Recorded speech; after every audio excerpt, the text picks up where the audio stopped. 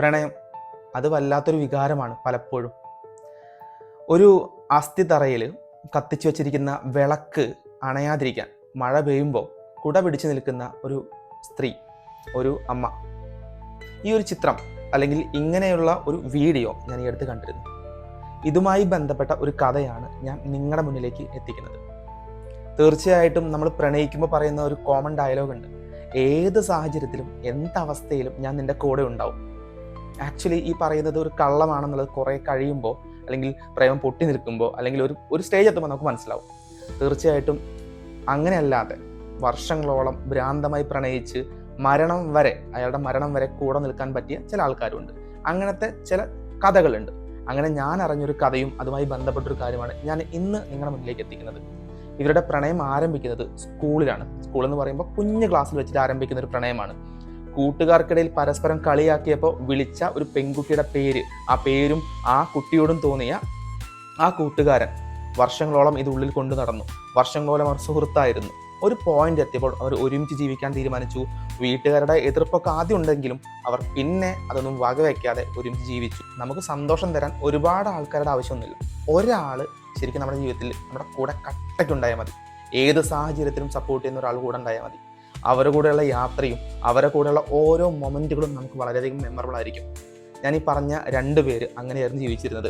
അവർ സിനിമയ്ക്ക് പോകുന്നതാണെങ്കിലും അവരെവിടേക്കും പുറത്ത് കറങ്ങാൻ പോകുന്നതാണെങ്കിലും ചില ദിവസങ്ങൾ ഒരൊറ്റ മുങ്ങല, പിന്നെ പൊങ്ങുന്നത് വയനാടോ അല്ലെങ്കിൽ വല്ല ഹിൽ സ്റ്റേഷനിലോ അല്ലെങ്കിൽ വല്ല ടൂറിസ്റ്റ് പ്ലേസിലോ ഒക്കെ ആയിരിക്കും. അങ്ങനെ 1-2 ദിവസം അവിടെ സ്പെൻഡ് ചെയ്യുന്നു, തിരിച്ചു വരുന്നു. എല്ലാം അപ്രതീക്ഷിതമായ ജീവിതത്തിൽ സംഭവിക്കുന്ന കാര്യങ്ങൾ. അതിൽ അവർ 2 പേരും വളരെയധികം സന്തോഷിച്ചു. പരസ്പരം നല്ല സുഹൃത്തുക്കളായിരുന്നു. ഒരു പോയിന്റിലെത്തുമ്പോൾ നമുക്കെല്ലാവർക്കും അറിയാം, പരസ്പരം സ്വഭാവങ്ങൾ അടികൂടും, വഴക്ക് കൂടുകയൊക്കെ ചെയ്യും. എങ്കിലും എവിടെയൊക്കെയോ അവരെ വീണ്ടും വീണ്ടും വീണ്ടും ഒരുമിപ്പിച്ചു. ആ സ്നേഹം ദൃഢമായി വളരെ സ്ട്രോങ് ആയി തന്നെ മുന്നോട്ട് പോയിക്കൊണ്ടിരുന്നു. ഒരുപാട് ഭംഗിയുള്ള ചില കാര്യങ്ങളെ ദൈവം ഒരുമിച്ച് കൊണ്ടുപോകാൻ അല്ലെങ്കിൽ ഒരുമിച്ച് മുന്നോട്ട് കൊണ്ടുപോകില്ല എന്ന് പറയാറുണ്ട്. അങ്ങനൊരു പ്രശ്നം ഇവിടെയും പറ്റി. അതായത് ആ പ്രണയത്തിലുള്ള പയ്യന് ഒരു വലിയ പണി കിട്ടി. ഇവർ തമ്മിലുള്ള ഒരു യാത്രയിൽ ഏകദേശം വയനാട് ചുരം കയറിയ സമയത്ത് ഇവൻ അറിയാണ്ട് ഒന്ന് വോമിറ്റ് ചെയ്തപ്പോൾ അതിൽ കുറച്ച് ബ്ലഡ് ഉണ്ടായിരുന്നു. ആകെ പാനിക്കായി അവർ ഹോസ്പിറ്റലിൽ കാണിച്ചു, ഫർദർ ടെസ്റ്റുകൾ നടത്തി. ഞാൻ ആദ്യം പറഞ്ഞല്ലോ, ചില ഭംഗിയുള്ള കാര്യങ്ങൾ ഒരുപാട് കാലം മുന്നോട്ട് പോകില്ല. അവൻ്റെ പാൻക്രിയാസിന് ക്യാൻസർ ആയിരുന്നു എന്നുള്ളത് ബയോപ്സിയിൽ തെളിഞ്ഞു. ഞാൻ എവിടേക്കോ വായിച്ചിട്ടുണ്ട്, പ്രണയം എന്ന് പറയുന്നത് ഓരോരുത്തർക്കും ഓരോ പോലെയാണെന്നുള്ളത്. ഇന്നും നമ്മൾ സ്നേഹിച്ച അല്ലെങ്കിൽ നമുക്ക് ഇവിടെ ഉണ്ടായിരുന്ന ചില ആൾക്കാരെ ഒരു ദിവസം പോലും നമ്മൾ ഓർക്കാണ്ട് മുന്നോട്ട് പോകാറില്ല. എന്തായാലും ഞാൻ ഈ പറഞ്ഞ കഥയിലേക്ക് വരാം. അതിലെ ആ പറഞ്ഞിരിക്കുന്ന ആ ബോയ് അല്ലെങ്കിൽ അയാൾ മരിച്ചു. അത് എങ്ങനെയാണ് അവൾ അക്സെപ്റ്റ് ചെയ്തത് എന്നുള്ളത് നമുക്ക് പറയുന്നതിൻ്റെയും മുകളിലായിരുന്നു പല കാര്യങ്ങളും അവളെ കൊണ്ടെത്തിച്ചത്. പലതവണ ആത്മഹത്യക്ക് ശ്രമിച്ചു, പലതവണ പല വഴിക്ക് ഇറങ്ങിപ്പോയി, എന്തൊക്കെയോ ഭ്രാന്തുകൾ കാണിച്ചു, മദ്യപിച്ചു, എന്തൊക്കെയോ ചെയ്തു. ഒരു പോയിന്റ് എത്തുമ്പോൾ മുന്നോട്ട് പോയേ പറ്റൂ.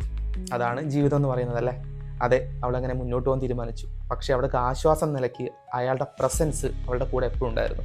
അത് അവൾ എപ്പോഴും ഫീൽ ചെയ്തു. അങ്ങനെ ഫീൽ ചെയ്തുകൊണ്ട് അവൾ ഈ പറഞ്ഞ പ്രശ്നത്തെ ഓവർകം ചെയ്യാൻ പഠിച്ചു. വീട്ടിലെത്തുമ്പോൾ ആരോടൊന്നില്ലാതെ അജ്ഞതയിലേക്ക് നോക്കി സംസാരിച്ചു. അയാൾ എപ്പോഴും കൂടെയുണ്ട്. അയാൾ യൂസ് ചെയ്തിരുന്ന അയാളുടെ ഗാഡ്ജറ്റും കാര്യങ്ങളെല്ലാം അവൾ ഉപയോഗിച്ചു.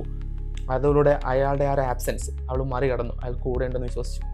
ഇവിടെ ഏറ്റവും അത്ഭുതം എന്ന് പറയട്ടെ, ഇവളുടെ കൂടെ വന്ന് താമസിക്കുന്ന അവളുടെ വീട്ടുകാർക്ക് പേടിയായിരുന്നു. കാരണം ഇവൾ പലതവണ സൂയിസൈഡ് അറ്റംപ്റ്റ് നടത്തിയപ്പോൾ ഇനിയും അങ്ങനെ നടത്തുമെന്ന് പേടിച്ച് ഈ പറഞ്ഞ പെൺകുട്ടിയുടെ അമ്മ അയാളുടെ കൂടെ താമസിച്ച് ഈ പറഞ്ഞ അമ്മയ്ക്ക് പോലും ഇവളുടെ ഈ ഒരു പ്രവൃത്തിയിലൂടെ ഇവൻ ഈ വീട്ടിലുണ്ട്, അവളുടെ കൂടെയുണ്ട് എന്നുള്ള തോന്നൽ ഉണ്ടാക്കി. ചില ഗന്ധങ്ങൾ, സ്മെല്ലുകൾ നമുക്ക് വല്ലാണ്ടങ്ങ് ഇഷ്ടാവും. അതെങ്ങനെയാ? അത് നമ്മുടെ ഓപ്പോസിറ്റ് നിൽക്കുന്ന നമ്മുടെ പാർട്ട്ണറുടെ ഗന്ധമാണെങ്കിൽ പ്രത്യേകിച്ച്, അവരുപയോഗിക്കുന്ന പ്രത്യേക സ്പ്രേയുടെ പെർഫ്യൂമിൻ്റെ സ്മെല്ലാണെങ്കിൽ പ്രത്യേകിച്ച്. ഇവളുടെ റൂം നിറയെ അവൻ ഉപയോഗിച്ചിരുന്ന പെർഫ്യൂം ആയിരുന്നു. സോ അതിലൂടെ അവൻ്റെ പ്രസൻസ് അവൾ ആ റൂമിൽ നിലനിർത്തി. ശരിക്കും സയൻസും പാരസൈക്കോളജി എല്ലാം ഇതിന് പല വേർഡുകളായിട്ട് പല കാര്യങ്ങളായിട്ട് അവകാശപ്പെടുന്നുണ്ട്. എന്തായാലും ഇന്നും മരിച്ചു പോയെങ്കിലും അവനില്ലാത്ത ഈ ലോകത്ത് അവനുണ്ട് എന്ന് വിശ്വസിച്ച് അവൾ മുന്നോട്ട് പോകുന്നു. ഞാൻ എന്തായാലും ഇതിൻ്റെ സയൻസ് വേർഷനിലേക്ക് വരാം. ഇങ്ങനെ സംഭവിക്കാറുണ്ട്. ചില കേസുകളിൽ നമ്മുടെ ശരീരം ഓർഗൻ മുറിച്ചു മാറ്റുന്ന ആൾക്കാരിലും ചില ആൾക്കാർ മരിച്ചു പോയാലും അവരുടെ പ്രസൻസിലൊക്കെ ജീവിക്കാറുണ്ട്. ഓർഗൻ ആംബ്യൂട്ട് ചെയ്യുന്ന കേസിനകത്ത് ഇതിനെ വിളിക്കുന്ന പേര് പാൻഡം limb syndrome, phantom limb syndrome എന്നാണ്.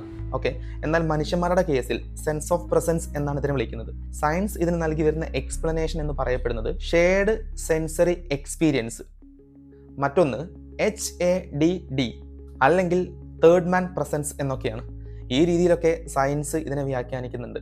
പാരസൈക്കോളജിയായി ബന്ധപ്പെട്ട് ആ മരിച്ചുപോയ ആളുടെ ഉള്ളിൽ എവിടെ ഒരു പ്ലാസ്മ, എവിടെ എനർജി അവിടെ എവിടെയോ നിൽക്കുന്നുണ്ട്, അതാണ് ആ ഫീലിന് കാരണമെന്നും സ്റ്റോൺ ടാപ്പ് തിയറിയും റെസിഡുവൽ ഹണ്ടിങ്ങും ഒക്കെ വിശദമാക്കുന്നുണ്ട്. എന്തായാലും ഞാൻ ഈ പറഞ്ഞ കഥയിലെ കഥാനായിക ഇന്നും ജീവിച്ചിരിപ്പുണ്ട്. അവളിലൂടെ അവനും ഇന്നും ജീവിച്ചിരിക്കുന്നുണ്ട്.